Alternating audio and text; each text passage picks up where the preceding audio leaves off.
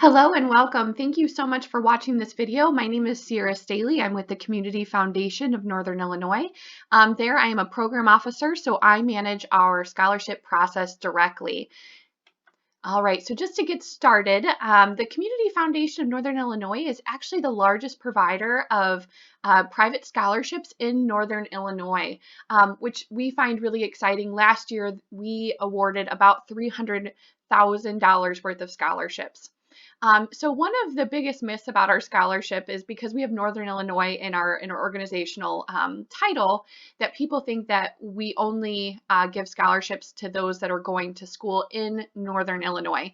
And that's not true. We have scholarships that are sent all over the United States. The only thing is that it has to be accredited and it has to be a nonprofit institution. So just to tell you a little bit about our scholarships, we have about almost 100 different funds, and they're all created by donors. So donors come to us and they say, I want to support this kind of student. So all of our 90 different scholarships have their own set of unique criteria. Also, another unique thing about our scholarships as well is that our scholarship dollars go towards the full cost of attendance. Some scholarships will only provide, tuition, books, and fees, whereas our scholarships, it can go towards the full cost. So that means that it can go towards tuition, books, and fees, but also room and board if you needed a laptop for an online class, or if you decide to go to the University of Alaska and you need a larger jacket. It can go towards whatever the school deems necessary for your education. So with all of these different scholarships, we do try to have a scholarship for just about everything, whether it be athletics, academics, field of study, financial need, community service, and many more. Although we try to have something for everybody, these do have their own unique set of criteria. So we do try to have something for everybody, but sometimes not everybody qualifies for our scholarships, but we do try our best. And another little tidbit about our scholarships is our scholarships do run from about $500 to about $2,000. We do have a couple of scholarships that do award more than that, so it is definitely worth your time. So www.cfnil.org, that is the launching pad with how you will get into the application itself. That is where you will find descriptions, essay prompts, minimum eligibility requirements. You will find all of that online. And with our scholarship application, it is all done online. We don't accept any paper applications. We don't accept any paper or emailed letters of recommendation. It is all done online. So on our website, you will find application instructions, walkthrough videos, timelines, and also my contact information is everywhere if you have any questions whatsoever. So with our application, we do only have one application that you fill out. So we have an application that matches you with what you're eligible for. So you don't have to go through all 90 of our scholarships and try to figure out what you're eligible for. It matches you with what you're eligible for based on your answers. So our deadline is December 1st. We start it in December 1st, and then it ends on February 1st at 5 p.m. So the deadline is February 1st at 5 p.m. So why should you be applying for our scholarships? Well, we all know that college is expensive, but scholarship dollars are actually worth more than they ever have. And that's because the interest rate on loans has gone up year over year. So if you were in college and maybe you needed to take out a $500 loan for books, well, that $500 loan comes with interest. So you have to pay about 5% of interest. So over 10 years, that's actually going to cost you $637, whereas you could have just applied for our scholarships and gotten that $500 award, and then you don't have to pay interest on it. You don't even have to pay it back. Another really awesome thing about our scholarships is that you have a 1 in 3 chance of actually receiving a scholarship award from us. You're only competing with those that meet that same criteria as you that are in Northern Illinois. So you're not competing at a state level or a national level. So the chances of receiving an award are pretty awesome. Also, you have the opportunity to qualify for multiple scholarships at once. So when you're filling out that application, you may be eligible for 3 different scholarships, and you have the opportunity to receive all 3 of those scholarships. So if you don't feel like if you get one scholarship, you could only get one. Last year, we had somebody get like 4 or 5 scholarships. So you have the opportunity to get all of those scholarships as well. Our average applicant applied for about 3 different scholarships last year, which is pretty awesome. You've already done most of the work. Most of you have applied for college. You filled out that FAFSA information. We're not asking you for much more than what's on those college applications and that FAFSA. So you've already done most of the work. So just a little bit about our broad process. So the first thing you're going to do is register for an account, and that is only if you didn't apply for our scholarships last year. So the first thing you do if you've never applied for our scholarships before is you're going to register for an account, and you're going to write down your login information, because say if you're a high school graduating senior, you can also apply for scholarships the next year, or if you're a college freshman, you can apply for scholarships next year. So make sure you write down that login information. And then the second thing you're going to do is filling out that first stage of the application. And again, it's going to ask you different questions about your academic information. It's going to ask you to provide information for your references, any extracurriculars that you do. But as you're filling it out, it actually adapts to what you're saying. So if you say that you're going into teaching, it's not going to ask you nursing questions. Also, it saves as you go. So if you needed to get out of this application and get back in, you were absolutely able to do that. So then from there, once you fill out that first stage of the application, you are matched with the scholarships you're eligible for, and it matches you right away. So it's not like you have to wait a couple days and come back in. It matches you automatically right after you're finished. And from there, you just have to write an essay for each one of the scholarships that you would like to apply for. And those essays aren't, a million words long and 6 pages. It's 1 page or about 500 words. So you have to complete an essay for each one you would like to apply for, and then you click submit. So this is our website, www.cfnil.org. And again, this is the launching pad to get into our application, to get back into the application. If you need some resources, it is all here. So where this big red arrow is, where it says apply for scholarships, that's where you enter the portal to get into our application. But the one thing I want to point out, so once you've applied for the scholarships and you've been matched with the scholarships that you're eligible for, from there, I would write down the names that you're eligible for and then come back to our website. And in the bottom right-hand corner of this screen, it says scholarships. I apologize, it's a little cut off. But if you click on there, it'll bring you to a table of all of our different scholarship opportunities. So if you type in that scholarship name up at the top in the search bar, it'll bring up that scholarship. And then you click on the name, and then it's going to bring you to that fund web page. So it's going to tell you the purpose of that scholarship, it's going to tell you the criteria of that scholarship, and it's also going to give you the essay question. But most importantly, on the bottom here where it says biography, most of our scholarships have a biography. Some don't, but most of them do. So when you're filling out that essay, our best essays come from those that look at this biography and draw connections between you and who it's in memorial of, or who that scholarship is supposed to support, and pulling in pieces of that into your essay. So again, please make sure that you look at that. All right, so scholarship resources. So the green tab at the top, if you click resources, if you're just having some issues with the application, it's going to give you all the different resources, how to create an account, how to be matched, which it should do it for you. But if you have any questions or anything that you need clarification on, it should be on the scholarship resources.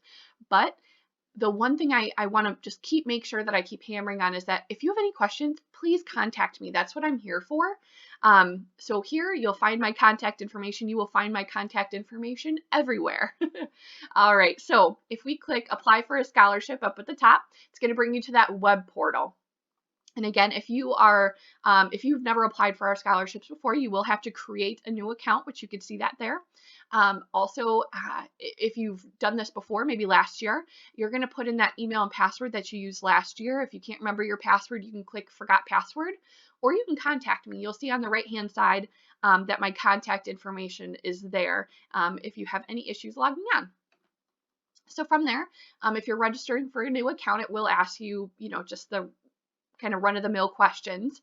But the one thing I want to make sure that I point out on here is, I know I shouldn't have to say this, but please make sure that you spell your name correctly, please make sure that you're using capital letters, because when we write checks, if your name is wrong on here, that's not going to help them when trying to put that scholarship amount on your books at school. Also, making sure that your email address is correct in here is extremely important. So if I find something wrong with your application, I'm going to email you. And if you don't get that, then unfortunately that's going to kind of leave you at a loss. So that email, please make sure that you put that in correctly. Also, if you're chosen to receive award, we actually email you. So make sure that that's put in correctly. All right, so once you've gotten there, it's going to bring you to the apply page, and you'll see our application here with the big red arrow clicking for apply, and that's going to bring you to our application. So once you click on that, it's going to bring you again to that application, and it's going to be like a series of drop downs, and you'll notice that it's going to adapt. So as you answer questions, you might see more populate, but that's because it's adapting. So don't let that freak you out. But this first thing I want to point out on here is the username. This has nothing to do with the email that you put in. This is just a way for us to know who you are, because with our scholarship process, we remove all identifying information because we don't make decisions as staff about who gets these scholarships. We actually have a group of about 120 volunteers that read, review, and recommend them to our board of trustees. So this username is what we use to identify you. So what you'll use is you'll use your first, middle, and last initial, and then your birth month and day. And again, there's really good instructions on there. If you have any questions, again, just give me a call. The second red arrow, it will show you the asterisk that is next to that. That means that question on the application is required. So that means that you can't submit it without filling that out.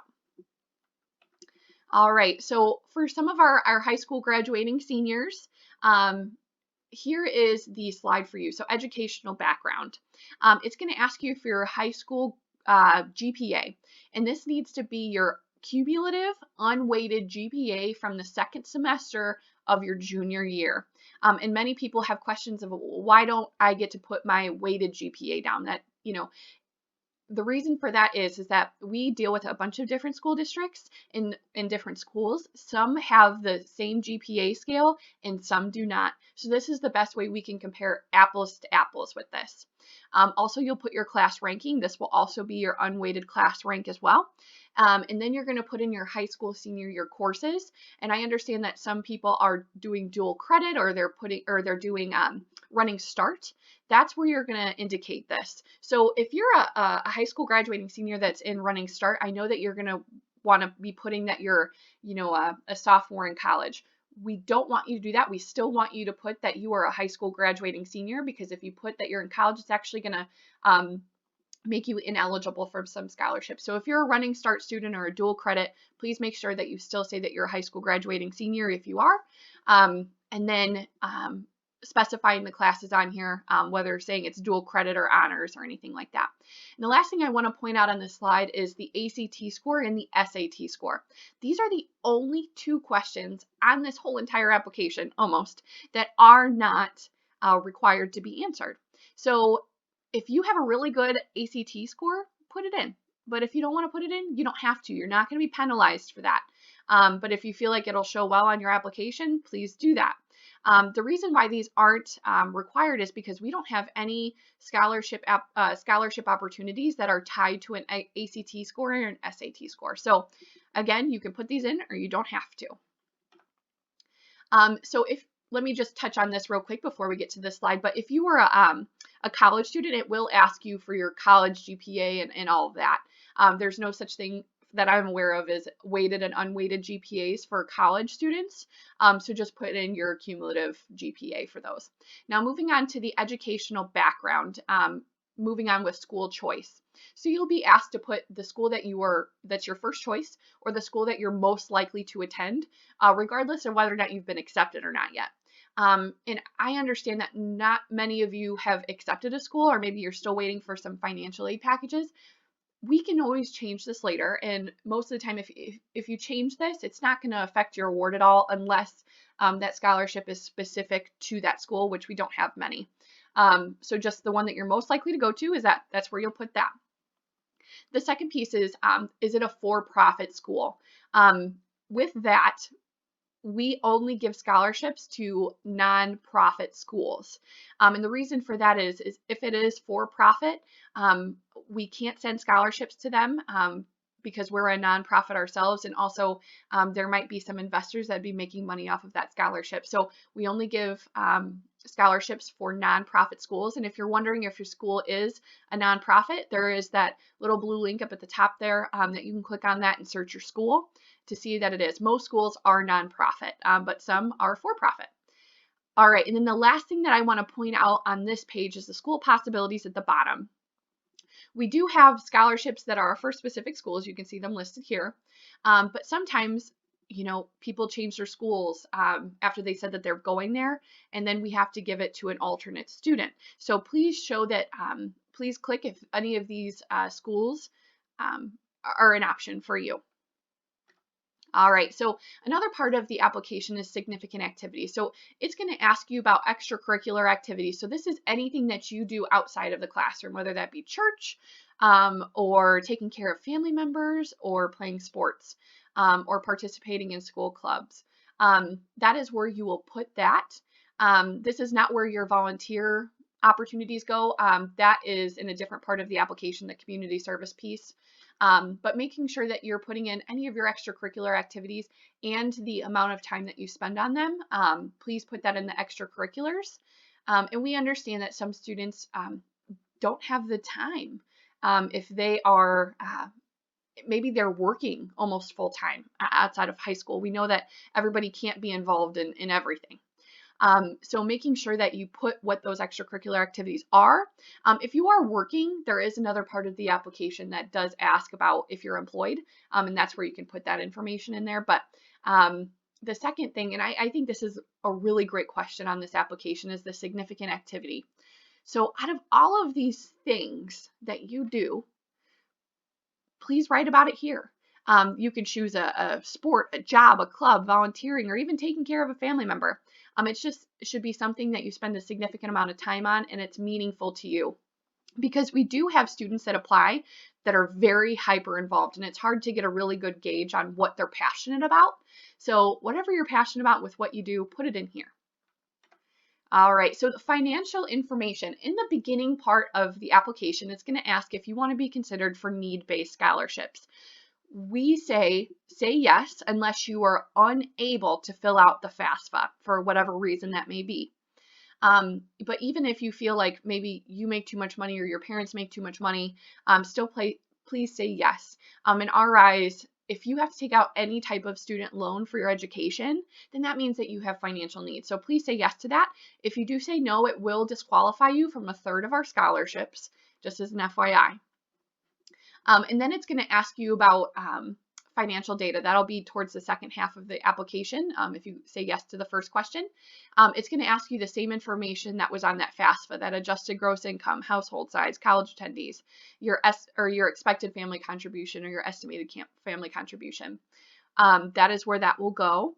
And make sure that it is a dollar amount. Some people get confused by that. That expected or estimated family contribution is a dollar amount, and that's what the government thinks that you can afford towards your college career. It will ask you to upload a student aid report, and that comes from FAFSA. So once you've completed that FAFSA, it will give you a student aid report, but it does take a few days for that to be loaded in there. So if you're kind of running short on time, you can always take the confirmation email that it sends you and it has that EFC in there. You can upload that. We'll just need that student aid report a little bit down the line. And the last thing I want to point out, and probably one of the most important things on here, is the special financial circumstances. We understand that everybody's situation is different when it comes to finances. And we know that the FAFSA isn't always the best indicator of what you and your family can afford for your college education. So making sure that you talk about any special circumstances you have. So we have students that their parents say, I'm not paying for a dime of your education, that's on you. Well, make sure you put that, because then that EFC is not going to mean a whole lot for you in your situation. Also, you have filled this, the FAFSA is filled out from your prior year finances. That's not really indicative if maybe somebody lost a job in your household. Make sure that you tell us about that because our reviewers do look at that. This is just a copy of what the student aid report looks like. You'll see the EFC where the big red arrow is. That's where that number lives. All right, so personal statement. This is one of the last questions you'll be asked on the application. And this is without using your name in the response. Tell us about yourself and your future goals and educational goals. So it's about where have you been and where are you going. You want to make sure this is concise. This is not where your essay goes. This is just a little bit about you. And this is also a really good way for our reviewers to look at this. And this is kind of how they identify you in their head. So the student that's currently in college for nursing, that's kind of how they name you in their head is by your situation. So making sure that you have a good personal statement is really important. All right, so references. I know this can get kind of convoluted, so I'll try to explain this the best way I can. So we have two different types of references. So the first one is the high school academic verifier. And the high school academic verifier is only needed for high school graduating seniors. So the high school academic verifier is the one that is verifying your grades. So they put in your 7th semester grades or your first semester of your senior year grades. That is what the high school academic verifier is for. The second type of reference is the general reference, and that is something every applicant will need. So it's going to ask you for the email address of them, and they're going to fill out a form online. So they're not writing a letter of recommendation. They fill out a form about you online. And the reference deadline for all of these, because we understand that maybe high school counselors or teachers, they need a little extra time to do this. The reference deadline for both high school academic verifiers and general references is February 16th at 8 a.m. And if you have, please email me. And then the infographic that's on the right side, so high school graduating seniors, they're going to provide the information for that academic verifier. They're going to provide their cumulative unweighted GPA, the class rank, and a list of their senior year courses. Now, students that have graduated from high school less than 5 years ago, they will have to put in their cumulated unweighted GPA, class rank, list of senior year courses, and a PDF of your high school transcript. And it does not need to be official. We understand that some of those you need to pay for. We don't want you to pay for anything, so that's why it doesn't have to be official. So if you graduated from high school more than 5 years ago, then you're just going to put your cumulative unweighted GPA, your class rank, and a list of your senior year courses. And then lastly, if you've completed your GED, you're going to, if you got your GED after 2014, you're going to provide your GED test scores and a proof of your GED completion form. And then if you completed your GED before 2014, you just have to provide your GED completion certificate because we understand scores range very differently and they got changed in 2014. But if you have any questions about that, again, please let me know. All right, so at the bottom of the application, it's going to say next steps. Please read this. That's why there's a lot of red on here. There's a lot of bold. So once you click submit on this first stage of the application, you cannot go back. So making sure that you scroll through, making sure everything looks okay. And then you click submit application. If you do, for some reason, you're like, oh, I answered this incorrectly, please let me know. I can go back in and I can change that. But once you click submit, it is going to bring you to what you're eligible for. So the top portion of this, where it has the listed opportunities, that will say what you're eligible for. And then you're going to click continue. And then that's going to bring you to all the essay portion. So what it does, it actually copies all of your information that you had in that first stage of the application and almost creates separate applications. So this is where you'll fill out your essay and then you click submit application. So once you click that, there should be nothing that you have to worry about except for making sure that your references complete by February 16th. That is on you to making sure that they're completing those. And I will show you how to make sure that they are completing them so that way you can see if they're completed or not. You can't see what they write in there, but you can see if they're completed. All right, so say if you wanted to exit out from your application and you're coming back in after you've been matched with those scholarship opportunities. This is what your applicant dashboard looks like when you log back in. So you'll see the different opportunities that you're eligible for. And I just wanted to point out a couple things on here. So the first red arrow to the left, it says undecided. So on May 1st, these will all become whether they were awarded or they were declined. So that's, you can see the status of all of your applications there. The middle one, edit application, that's how you get back in to finish those essays and submit. And then third party, that's also known as a reference. So you'll see 0 out of 0 here. So if you provided a high school academic verifier and a general reference, you'll see right here, if nobody's completed, it'll say 0 out of 2. The goal is to have it 2 out of 2 because the left side number, that is how many is completed. So you want it to be 2 out of 2 or 3 out of 3 or 1 out of 1. If you have any questions about that, or if there's anything going awry, please let me know. All right, so you've submitted your applications, you're good to go, your references is completed. So then what happens? So applications are reviewed anonymously by committees in March and in April, and then the CFNIL Board of Trustees approves those recommendations. And then recipients are notified by the end of April via letter and email that they have received an award. Now, on May 1st, that's when all of the status of the applications are available in that web portal where I just showed you after May 1st.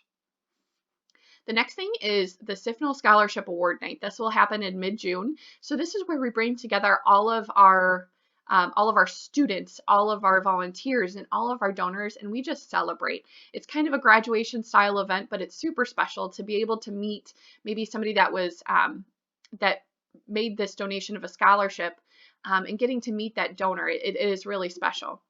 And then lastly, checks are sent directly to the school in early July. We do not send them to the student. We send them directly to the school in early July.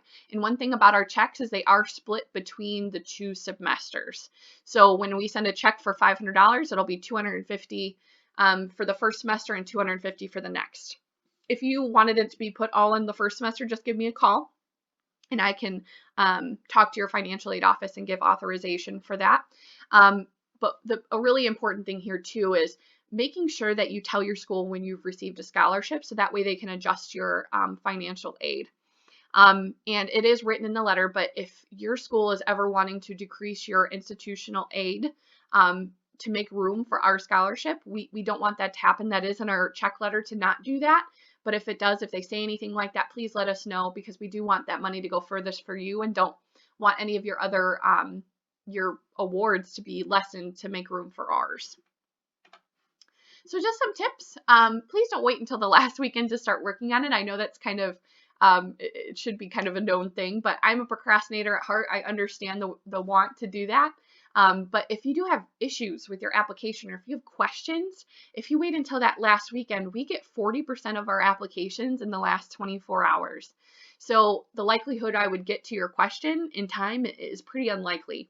So making sure that you start it soon, so that way you're good to go and you feel like you have a strong application. Write your essays in Word, save them, and then copy them into the application. Those are your essays. We want you to be able to save those. Maybe you can tweak them for another scholarship application. And then for high school graduating seniors, just a reminder that you're going to report your second semester of your junior year grades.